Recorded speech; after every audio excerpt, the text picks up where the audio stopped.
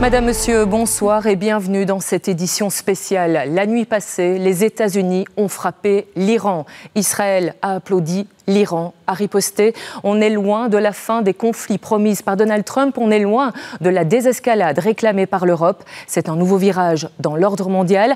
Alors, faut-il parler de guerre? Quelles conséquences dans les pays concernés? Quelles conséquences en Europe? Et pour nous, on en parle avec nos différents invités en plateau. Nous aurons aussi de multiples directs. Mais d'abord, les faits. Des bombardiers américains ont mené plusieurs attaques contre 3 sites nucléaires en Iran donc, et ils assurent avoir dévasté le programme nucléaire iranien. On voit tout cela avec Philippe Antoine. Des bombardiers stratégiques B-2, des avions furtifs, autrement dit indétectables au radar, et surtout les seuls capables de transporter des bombes anti-bunker d'une puissance suffisante pour s'enfoncer à des dizaines de mètres de profondeur avant d'exploser. Hier soir, 7 de ces avions, accompagnés d'avions ravitailleurs, ont décollé de la base de Whiteman dans le Missouri au centre des États-Unis, direction l'Iran, pour une mission de 37 heures. Sur les 3 sites nucléaires visés, il y a surtout celui de Fordo, une usine d'enrichissement d'uranium profondément enfouie sous une montagne. C'est là qu'avaient été détectées début 2023 des particules d'uranium enrichies à 83,7%, soit très proche du seuil de 90% requis pour la fabrication d'une bombe atomique. Et dans la foulée, l'Iran a tiré 2 vagues de missiles en direction d'Israël où les sirènes d'alerte ont été déclenchées vers 7h30, un peu partout, dans le nord et le centre du pays. Et je vous présente nos différents invités sur ce plateau. Tout d'abord, le colonel Frédéric Lenotte. Bonsoir, vous êtes responsable du département stratégique de la Défense, membre de ce département. Et d'ici jeudi, vous serez d'ailleurs nommé général. On va discuter avec vous. Didier Leroy, chercheur à l'Institut Royal Supérieur de la Défense. Nous avons également Daria Safai. Vous êtes une députée NVA, membre de la Commission des Affaires étrangères. Vous avez fui ce fameux régime iranien. Vous êtes en Belgique depuis les années 2000. Et puis également Régis Deratte, responsable éditorial Monde. Merci à vous 4 d'être avec nous. Monsieur Leroy, première question. On dit guerre ou pas guerre. Les États-Unis disent non, nous ne sommes pas entrés dans une guerre. Qu'en dites-vous, vous qui observez ces actions et ces attaques? Je dirais, vu la magnitude de la séquence martiale que nous venons d'observer, c'est difficile de défendre le contraire. Je pense qu'on est quand même dans quelque chose de beaucoup plus large, qui se déploie depuis des décennies. C'est le rapport de force entre la République islamique d'Iran, d'une part, et ses ennemis régionaux qui sont nombreux, et parmi lesquels on trouve Israël qui est backupé par les États-Unis. Ça, c'est, on va dire, l'architecture structurelle des choses.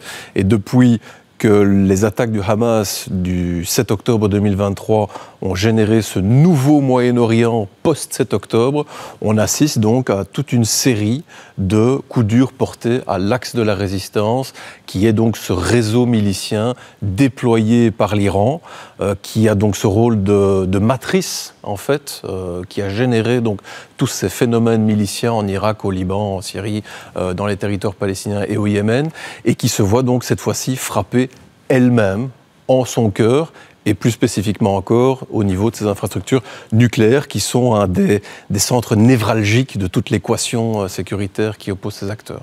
Quand on est un homme de l'armée, colonel Lenotte, pareil, on se dit là, oui, les États-Unis sont entrés en guerre malgré ce qu'ils disent, malgré leur discours officiel qu'on va entendre bien sûr dans un instant. En tout cas, ils ont commis des actes de guerre, donc les bombardements qui ont été perpétrés ne sont pas anodins. C'est un acte où la souveraineté d'un pays a été violée pour des opérations militaires. Maintenant, est-ce que guerre, pas guerre, je ne sais pas si c'est ça le plus important. Poutine dit qu'il n'est pas en guerre en Ukraine et on connaît la nature du désastre par rapport à ça. Donc voilà, on a clairement des actes d'une violence incroyable qui ont été commis. Et l'état, je vais dire, sécuritaire mondial, je vais dire, est dans les années 30 et on s'approche plus en plus de la fin de cette décennie. Bien, on va en reparler avec vous, notamment avec les moyens qui ont été déployés. Mais d'abord, voyons le président américain, Donald Trump. C'est lui qui, le premier, a pris la parole après les attaques. Il a détaillé la mission donnée aux bombardiers. Il a aussi expliqué ce qu'il attendait comme réaction de l'Iran. Pour lui, cette attaque, c'est donc un coup de semonce, une alerte. Et il se veut aussi très menaçant. On l'écoute. The U.S. military carried out massive precision strikes on the 3 key nuclear facilities in the Iranian regime, Fordow, Natanz, and Esfahan. Tonight I can report to the world that the strikes were a spectacular military success. Iran's key nuclear enrichment facilities have been completely and totally obliterated. Iran, the bully of the Middle East, must now make peace. If they do not, future attacks will be far greater and a lot easier. For 40 years, Iran has been saying death to America, death to Israel. They have been killing our people, blowing off their arms, blowing off their legs with roadside bombs. But if peace does not come quickly, we will go after those other targets with precision, speed, and skill. Most of them can be taken out in a matter of minutes. There's no military in the world that could have done what we did tonight. Et après Trump, cette nuit, ce sont ses bras droits, le vice-président et le chef de la défense, qui ont pris la parole en journée. Sur la chaîne américaine ABC, J.D. Vance a affirmé que les États-Unis ne sont donc pas en guerre contre l'Iran, mais bien contre son programme nucléaire. C'est toute la nuance dont on parlait tout à l'heure. On l'écoute. No, we're not at war with Iran, John. We're at war with Iran's nuclear program, and I think the president took decisive action to destroy that program last night. If they're willing to choose the smart path, they're certainly going to find a willing partner in the United States to dismantle that nuclear weapons program.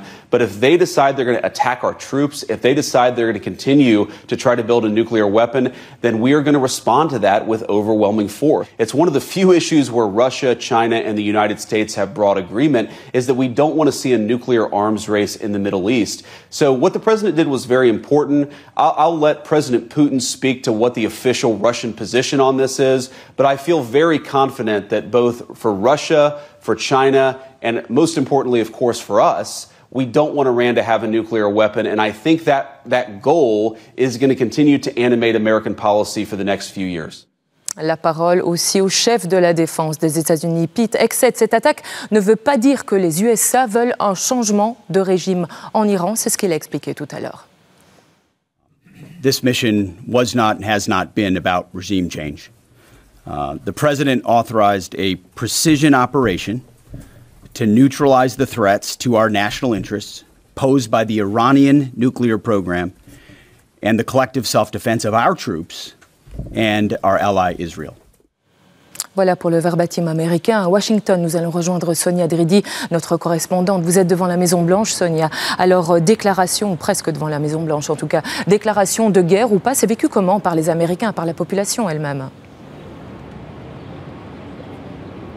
Eh bien, on voit que l'administration américaine prend vraiment soin de dire que les États-Unis ne sont pas en guerre. Il y a J.D. Vance, le vice-président américain, qui a dit que les États-Unis ne voulaient pas de guerre, juste après le ministre de la Défense. Et pourquoi l'administration américaine insiste sur ce point? C'est parce qu'elle sait bien que la majorité des Américains ne veut pas d'une nouvelle guerre lointaine au Moyen-Orient. Et d'ailleurs, c'est ce qui explique que Donald Trump a hésité avant de lancer ses frappes contre l'Iran, parce qu'il sait bien qu'au sein même de son camp, il y a de nombreux MAGA, des pro-Trump, qui étaient opposés à ces frappes. D'ailleurs, certains ont dit leur colère après ces frappes. Il y a même une républicaine qui a dit qu'elle ne voterait pas pour les républicains aux élections de mi-mandat pour dire son opposition. Et donc, on voit une population vraiment divisée. Les démocrates, eux, disent qu'ils vont en quelque sorte demander des comptes au président américain, notamment parce qu'il n'a pas reçu l'approbation du Congrès avant de lancer ses frappes. On a quelques problèmes de réseau, on vous rejoindra tout à l'heure. Nous avons également un expert en matière de défense qui est avec nous, c'est Joseph Enrotin. J'attends de voir si vous êtes bien en liaison avec nous, Monsieur Enrotin, vous nous entendez? C'est parfait. Voyons alors sur les détails de cette attaque. Les États-Unis ont notamment envoyé 7 bombardiers furtifs. On aimerait un peu comprendre ces fameux avions futuristes. Ils ont un véritable pouvoir, passer totalement sous les radars. Alors, passer totalement sous les radars, non, bien évidemment. Votre furtivité, elle est toujours relative de la distance à laquelle vous êtes détecté. Et en fait, si ces appareils sont passés sans encombre, comme les F-35 israéliens par ailleurs, depuis le 13 juin, c'est du fait également d'une préparation, ce qu'on appelle de la SEAD, de la Suppression of Enemy Air Defense, qui consiste en fait à éliminer les batteries antiaériennes de même que les radars à longue portée, les Gadir en particulier, qui sont conçus, ils travaillent en VHF, donc ils permettent, si vous voulez, d'assurer une détectabilité, je vais y arriver, des systèmes furtifs. Donc en fait, vous ne pouvez pas décorréler, si vous voulez, l'action américaine de la nuit dernière d'une préparation qui est plus vaste, qui implique des équipes du Mossad qui ont ciblé en fait des batteries antiaériennes à moyenne portée, ce genre de choses, et évidemment des attaques plus larges réalisées par Israël en fait sur le système de défense antiaérienne iranien, en l'occurrence déjà depuis octobre 2024. Oui, vous parlez du Mossad, ce sont les services secrets israéliens. Comment savoir si ces fameux bombardiers ont atteint leur cible? Parce qu'on a aussi là, je donne le mot, une guerre de communication. Alors oui, en l'occurrence, c'est vrai que l'imagerie satellitaire commerciale donne déjà beaucoup de résultats. Effectivement, depuis quelques heures, on voit effectivement 6 points d'entrée sur le site de Fordo. Donc il y a eu 2 types d'attaques, si vous voulez, de la part des Américains. Donc d'une part des missiles de croisière, qui ont frappé des installations qui avaient déjà été traitées par les Israéliens, et par ailleurs leur capacité bunker buster n'est pas, donc leur capacité de pénétration dans le sol n'est pas gigantesque. Donc sur Natanz, notamment où il y a des installations enterrées, on ne sait pas trop ce que ça a produit. Par contre sur Fordo, qui était un petit peu le gros morceau, si vous voulez, en fonction de l'enterrement, on voit effectivement 6 points d'impact. La vraie question, c'est pas de savoir si ça a frappé. Le GPS, quand il n'y a pas de brouillard GPS, ça frappe. La question, c'est de savoir quels sont les dégâts, si vous voulez, à l'intérieur, sachant que, en fonction du type de roche que vous avez, la pénétration, si vous voulez, de cette arme, elle est relativement, elle est plus ou moins limitée. Alors, tout le monde dit 60 mètres, c'est toujours relatif, bien évidemment, du type de roche. C'est relatif également de l'architecture intérieure des installations de Fordo. Les Américains ont toujours dit qu'ils avaient conçu ce genre de bombe précisément pour ce genre d'application. Vous pensez bien que les Iraniens, dans le même temps, évidemment, eux aussi écoutent les médias, lisent la presse spécialisée et de facto se préparent également à ça. Donc on avait vu qu'ils avaient remblayé typiquement les entrées en fait de Fordo pour voir pour limiter les impacts, si vous voulez, pour limiter la possibilité d'un écroulement des tunnels d'entrée qui sont toujours un peu points délicats. Oui, ce qui donne encore beaucoup d'inconnus. On va vous retrouver dans un instant. Mais voyons les réactions en Iran, précisément, pour les autorités iraniennes. Cette attaque, c'est une agression. L'Iran qui se dit prête à se défendre par tous les moyens nécessaires. Alors, les réseaux sociaux donnent des échos, d'ailleurs, aujourd'hui, à une manifestation organisée dans le centre de Téhéran, où des Iraniens, parmi lesquels le président, crient revanche. Vous voyez, on a reçu quelques clichés pour l'instant. On va en dire un petit mot avec vous, Daria Safai, mais je vous propose d'abord de voir les réactions en Iran même. Elles sont rassemblées par Alice Debatty. On regarde ça. La vie quotidienne semble avoir repris son cours en Iran. Rare signe d'un basculement historique, les unes des journaux distribués dans ce kiosque de la capitale iranienne. L'entrée des États-Unis dans le conflit étonne cet habitant. Malheureusement, l'action des États-Unis a été vaine car en fin de compte, le conflit se déroulait entre l'Iran et Israël, 2 pays qui s'affrontent depuis longtemps. Mais les États-Unis sont intervenus et ils mettent en péril leurs propres intérêts dans la région. Une intervention américaine qui ravive ici des sentiments nationalistes. La réponse doit être ferme et décisive, car ce qui est en jeu ici, c'est l'identité même des Iraniens. Je ne suis pas du tout un homme politique, mais cette attaque remet en question l'essence même de notre identité iranienne. Le chef de la diplomatie iranienne, en marge d'une réunion à Istanbul, assure que l'Iran se défendra par tous les moyens après les frappes américaines. Of course, the door for diplomacy should be always keep open, but this is not the case right now. My country has been under attack, under aggression, and we have to respond based on our legitimate right of self-defense. Les experts du programme nucléaire iranien reconnaissent des dégâts sur les sites les plus stratégiques, mais assurent qu'ils pourront être réparés. L'industrie nucléaire est profondément ancrée dans notre pays et ils ne peuvent pas déraciner une industrie nationale. Bien sûr, ils nous ont causé des dommages et ce n'est pas la première fois que cette industrie subit des dégâts. Dans le passé, il y a eu des cas pour lesquels nous avons immédiatement réparé les sites. La République islamique a affirmé qu'il n'existait aucun danger pour la population vivant près des installations attaquées hier soir. L'Iran qui réaffirme aujourd'hui sa volonté de continuer le développement de son programme nucléaire.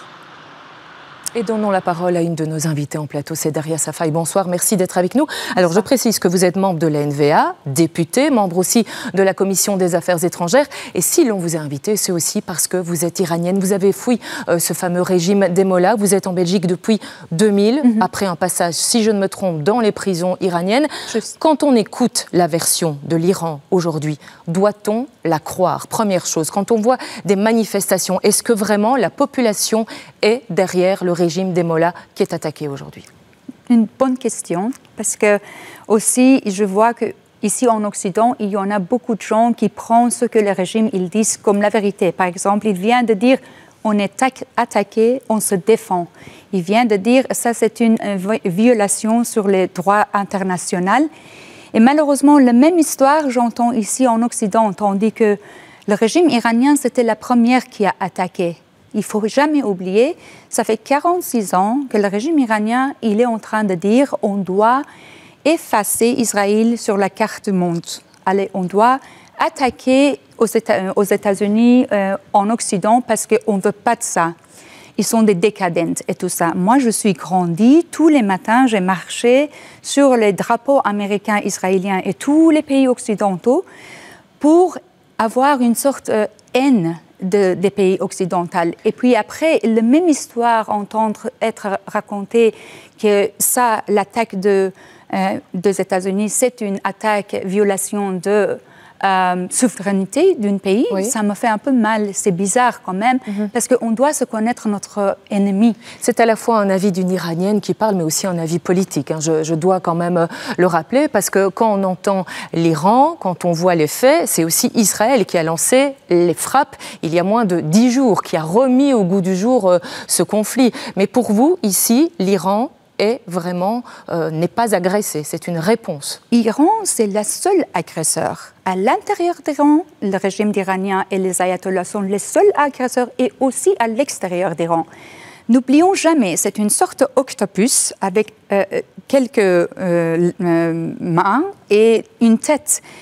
Les proxys, ça fait longtemps qu'ils se font attaquer Israël, Hamas, Hezbollah, Houthis, aussi l'Occident. On était attaqué par les Houthis, notre frégate. On va en parler. Les Houthis, ce sont les alliés du régime iranien. Ces rebelles au Yémen. On va en parler avec Didier Leroy notamment, oui. On oublie facilement qu'ils sont des ennemis. Ils sont de la vraie agresseurs. Il n'y a personne d'autre qui a agressé.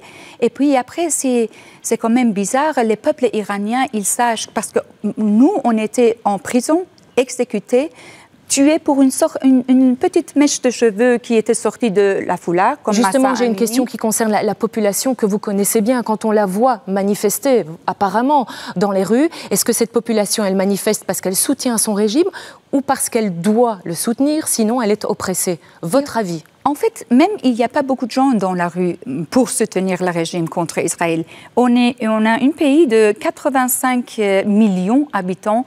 On voit que quelques-uns dans les rues, mais ce sont aussi des personnes que le régime il paye pour être là, il paye pour le défendre.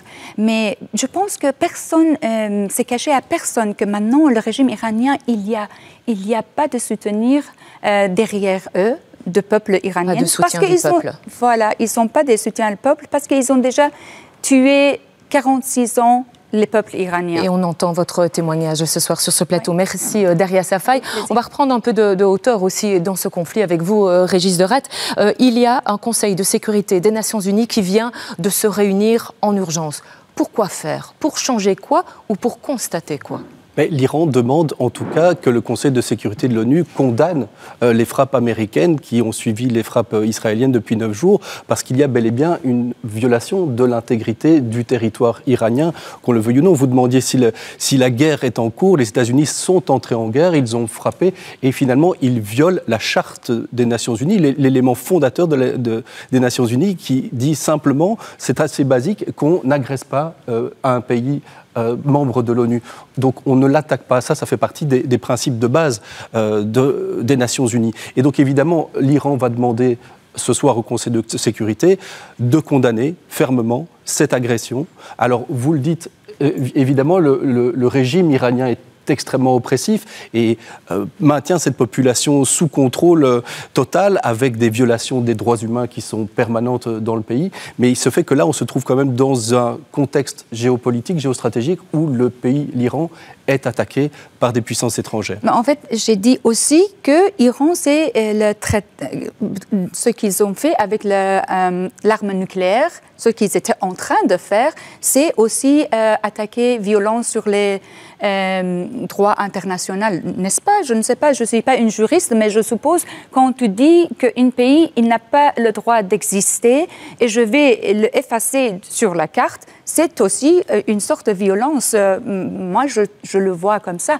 Pas seulement pour les violences de droits des humains à l'intérieur d'Iran, mais aussi qu'il nous a attaqué, Iran, plusieurs fois dans l'histoire. On va continuer sur ce débat, justement. Voyons qui est l'agresseur, qui est agressé. On va voir ce que l'on en pense de cette attaque américaine côté israélien. Cette fois, Israël qui finalement n'attendait que cela, l'implication de son allié.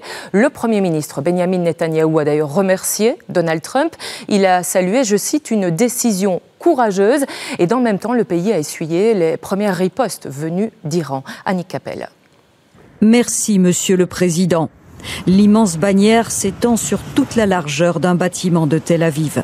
L'intervention américaine était très attendue en Israël. Le Premier ministre Benjamin Netanyahou salue une décision historique.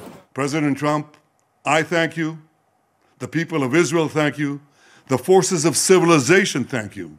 History will record that President Trump acted to deny the world's most dangerous regime, the world's most dangerous weapons. Dans la population aussi, c'est un soulagement palpable. C'est pour le mieux. Nous étions en danger et ils ont aidé Israël. Il n'y a pas de mots, vraiment pas de mots. Je me sens plus confiante maintenant. Pourtant, dans les heures qui ont suivi l'opération américaine, l'Iran a lancé des missiles en direction d'Israël. Plusieurs sites ont été visés. Dans ce quartier résidentiel, les dégâts sont considérables. We have very big luck because all our house destroyed, nothing left, and nobody got injured. Our family is okay, all the neighbors okay, and that's it. Les forces de défense israéliennes ont rapidement été déployées sur les zones touchées. Bilan, une vingtaine de blessés à travers le pays. En attendant, Israël continue de frapper la République islamique et diffuse de nouvelles images.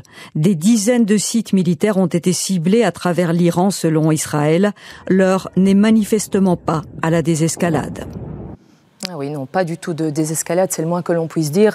Didier Leroy, je me retourne à nouveau vers vous. Je rappelle que vous êtes chercheur à l'Institut Royal Supérieur de la Défense. On voit l'Iran qui a riposté après les attaques américaines en frappant Israël. Quelle peut encore prendre comme ampleur cette riposte? À nouveau sur Israël ou sur des intérêts américains également? Alors, c'est la menace qui est brandie par le leadership iranien. Oui. Est-ce qu'il va oser franchir ce seuil qui consiste à élargir son ciblage et donc ne plus se limiter à Israël? Ça, personne n'est dans le secret des dieux pour savoir dans quelle situation d'affaiblissement il se trouve pour véritablement oser franchir ce seuil. Donc pour l'instant, puisqu'ils auraient déjà pu commencer à frapper des bases en Irak, en Syrie, en Jordanie, voire dans le Golfe, oui. Graduellement, mais ce n'est pas encore le cas, c'est qu'ils y réfléchissent. En tout cas, c'est qu'ils n'ont pas encore décidé de franchir ce seuil, parce que se retrouver vraiment dans une lutte prolongée en face à face avec la puissance de feu américaine, c'est quand même quelque chose qui risque vraiment de se retourner contre eux. Donc ils ont probablement davantage intérêt à continuer de lancer des cibles, enfin, lancer des missiles de en moindre quantité, mais de plus grande qualité, pour essayer de toucher des cibles symboliques en Israël, pour un petit peu, quelque part, accélérer le réflexe de rally around the flag, donc de ralliement autour du drapeau, en essayant de, entre guillemets, sauver les meubles. parce qu'ils sont vraiment dans une très mauvaise posture. D'un point de vue de l'équilibre des forces, c'est évident. Mais essayer de justement minimiser les dissensions internes en essayant justement de réveiller le patriotisme transsociétal qui peut un petit peu transcender la diversité du tissu sociétal iranien. Et Joseph Enrotin est toujours avec nous. Monsieur Enrotin, on parle donc de cette riposte potentielle iranienne. Quelle est encore la capacité d'attaque des Iraniens à l'heure actuelle? La question que tout le monde se pose quand on discute, c'est vraiment, mais s'ils arrivent à développer l'arme nucléaire, jusqu'où pourraient partir des missiles longs, courte portée? Quelle est la capacité de nuisance de l'Iran à l'heure actuelle? Alors effectivement, il y a eu pas mal de missiles qui ont été détruits au sol, et puis il y a eu pas mal de missiles qui ont été tirés en fait au cours. Là, c'est la troisième salve, si vous voulez, balistique de l'Iran à l'égard d'Israël. Il y a déjà eu les opérations de 2024 qui ont réduit les stocks. Maintenant, c'est vrai qu'Israël est dans une position plus confortable, c'est-à-dire que le Hezbollah n'est plus intervenu, si vous voulez, dans les opérations. Même les Houthis qui ont effectué des tirs balistiques avec des engins iraniens, etc. sur Israël, on n'a pas vu grand-chose. Maintenant, l'arme nucléaire, entre guillemets, en tout cas la solution la plus violente que pourrait adopter l'Iran, concrètement, c'est un blocus du détroit d'Ormuz par un minage ou par l'utilisation de batteries côtières. On sait qu'Israël a frappé un certain nombre de bases navales. Il n'est pas complètement impossible qu'il y ait une dispersion préalable en fait des unités en fait des gardiens de la Révolution avec des mines à bord. Le stock de mines est évalué à 4 à 5 000 mines de différents types. Il y a très très peu de capacité de déminage en fait dans les États du Golfe Persique. Ça se résume en fait à 7 ou 8 unités grand maximum. Si toutes les unités américaines sont opérationnelles, sont en état de prendre la mer. Et donc, in fine, ça pose de réelles questions. Donc, en fait, il y a cette question balistique. Le stock, en fait, d'engins à moyenne portée était d'environ 2500 à 3000 engins. On peut estimer qu'au total, on en aurait eu à peu près 400 qui ont été tirés en 2024. Un certain nombre qui ont été détruits, soit qu'ils étaient en cours de déploiement, soit au niveau de leur base. Plus effectivement des tirs de quelques centaines d'engins qui ont été effectués depuis le 13 juin. Voilà, ce qu'on constate, on va s'arrêter là parce que merci Monsieur Enrotin. Je vous arrête là parce qu'on a notre correspondante en Israël qui est à présent disponible. On va profiter de ce créneau. C'est Éléonore Veil en direct de Tel Aviv. Bonsoir Éléonore. Est-ce qu'il y a une crainte parmi la population israélienne depuis ces attaques américaines? Les uns l'attendaient, les autres pas. Est-ce qu'il y a une crainte de raviver justement les frappes iraniennes sur des grandes villes, Tel Aviv, Jérusalem, Haïfa aussi?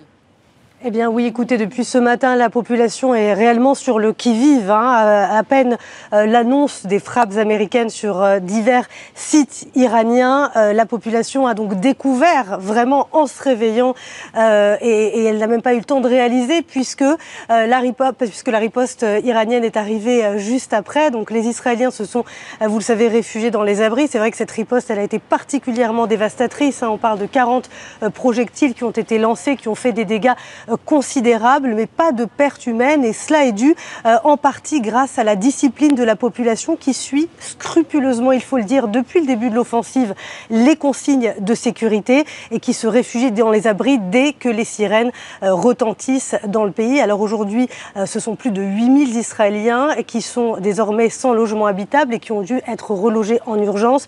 En tout cas, aujourd'hui, je peux vous dire que les rues à Tel Aviv étaient quasiment désertes et les autorités ont annoncé vouloir durcir les consignes de sécurité, signe que de nouvelles ripostes, de nouvelles attaques pourraient intervenir dans les heures, voire dans les jours à venir. Merci à vous, Éléonore Veil. Et je m'adresse à présent aux représentants de l'armée, colonel, futur général Linotte. Quand vous regardez cette stratégie, vous vous dites que l'Iran devrait réagir vite, d'un point de vue militaire, évidemment. À quoi doit-on s'attendre selon vous ? Le champ d'action de l'Iran ne peut pas nécessairement se limiter à tirer des missiles, comme on l'a évoqué jusqu'ici, et peut activer ses proxys, voire mener des... Quand on dit proxy, on va un peu vulgariser tout ça, si donc vous voulez. Le Hezbollah, les rebelles Houthis, voilà, etc. Donc tous ces alliés. Tous ces alliés, et éventuellement même Ils ont menacé de fermer le détroit d'Ormuz. Oui, donc, par où transite le pétrole. Qui aura un impact sur nos approvisionnements énergétiques. Les Houthis sur les routes de commerce qui passent par la mer Rouge et le canal de Suez. Eux pourraient attaquer des navires ? Eux pourraient attaquer des navires ou en tout cas rendre la situation, comme ils l'ont fait par le passé, suffisamment peu sécure pour que les gens ou pour que les armateurs décident de passer par là et donc en ça, ils peuvent aussi nous impacter. Donc je crois que le champ de leurs actions peut être relativement étendu. Sans compter aussi les coordinations éventuelles qu'ils peuvent avoir avec la Chine, avec la Russie, ou de façon, je vais dire, globale, tenter de s'attaquer à l'Occident. Colonel Linotte, permettez-moi la question que tout le monde se pose. On entre dans une forme de guerre mondiale, les USA, l'Iran, Israël, l'Europe qui appelle à la désescalade, mais pour l'instant qui crie dans le vide. On y est presque, on est à la porte? En tout cas, on n'est plus dans une situation de paix mondiale. Ça, c'est clair. Et donc, le chef de la défense sur ce plateau a aussi clamé le fait qu'on était en état de crise. Et quelque part, on doit bien constater que l'on y est, raison pour laquelle la Belgique envisage d'augmenter ses budgets d'armement. On va en parler au sommet de l'OTAN cette semaine-ci. Oui, il commence mardi à La Haye. Il commence mardi, effectivement. Et donc, c'est clair qu'on n'est plus dans une situation d'il y a une décennie, par exemple. Ici, le curseur est bien plus dans des actions où, en tout cas, on doit malheureusement bien admettre que l'on n'est plus en état de paix. Merci, colonel Linotte. Vous restez bien sûr avec nous. On le disait, et l'Europe dans tout ça. Demain, il y a une réunion des ministres des Affaires étrangères de l'Union. Notre chef de la diplomatie, Maxime Prévost, y sera. Et l'objectif pour lui, c'est clair, c'est un appel à la retenue. Il s'en est déjà expliqué dans le journal de 13h. C'est le message que tous les pays européens sont actuellement en train d'adresser à Israël, aux États-Unis, à l'Iran. Il faut pouvoir retrouver le chemin de la négociation pour pouvoir avoir une solution. Chacun s'accorde, et la Belgique aussi, sur le fait qu'il est impensable que le régime théocratique des mollahs iraniens puisse bénéficier de l'arme nucléaire. Tout doit être fait pour l'empêcher, mais j'ai entendu de l'aveu même du ministre israélien des Affaires étrangères dire que les attaques qu'il avait pu mener ont retardé de 2 à 3 ans la perspective que l'Iran se dote de cette arme nucléaire. Ça veut dire qu'il existe donc un espace-temps important pour pouvoir faire à nouveau la place au dialogue, à la négociation, et c'est ce que la Belgique exhorte les belligérants à faire. Oui, l'Europe dans tout cela, on en parle aussi avec vous, Régis de Radt. Est-ce qu'elle a une réelle place, un réel rôle, là, à l'heure actuelle? L'Europe était un peu parmi les fers de lance de la diplomatie internationale il y a encore quelques années, mais il faut bien reconnaître qu'aujourd'hui, elle est complètement inaudible. Alors, il y a évidemment des mises en garde, des demandes de désescalade, des condamnations même éventuelles, mais l'Europe n'a plus de voix sur la scène internationale en ce moment. On voit bien le chef des armées américain, lors du débriefing de cette opération nocturne, a évoqué le grand secret. C'était une opération complètement classifiée. Très peu de personnes, même à Washington et dans le Pentagone, étaient informées de ça. Donc on imagine bien que l'Europe n'avait pas été non plus appelée et informée, mais il faut reconnaître qu'à ce moment de la séquence, elle n'est plus du tout audible. La France, l'Allemagne, la Grande-Bretagne essayent de trouver une place à la table des négociations et d'amener cette diplomatie à l'avant-plan.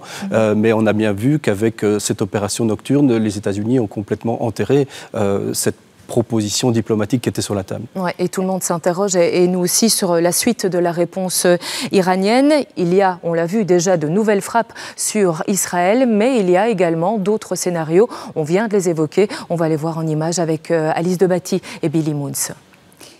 La nouvelle fait le tour des télévisions à travers le Moyen-Orient, comme sur cette chaîne d'information saoudienne, en direct de Riyad. De façon surprenante, le président Trump a annoncé que les États-Unis avaient accompli des frappes en Iran qualifiées de réussies. La région retient son souffle. Une question est sur toutes les lèvres. Que va faire l'Iran? Est-ce que l'Iran a la volonté de riposter? Certainement, parce qu'ils sont en train d'être piétinés et qui plus est, ils sont piétinés militairement, ils sont également piétinés symboliquement. Mais la République islamique a-t-elle la capacité militaire pour riposter? La marge de manœuvre est limitée, les capacités balistiques iraniennes ont été visées et réduites par Israël.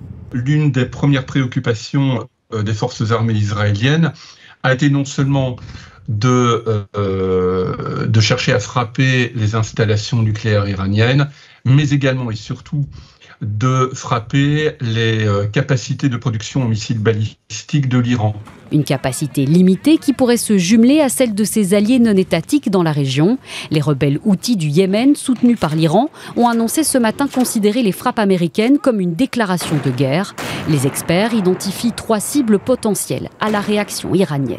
Des objectifs civils en Israël, des objectifs en matière de trafic maritime en mer Rouge, et évidemment, toujours la question des bases américaines, ou en tout cas des intérêts américains dans la région. Quelques 40 000 militaires américains sont déployés au Moyen-Orient, en Arabie Saoudite, aux Émirats Arabes Unis ou au Koweït. Des potentielles cibles alors que les États-Unis sont entrés dans le conflit.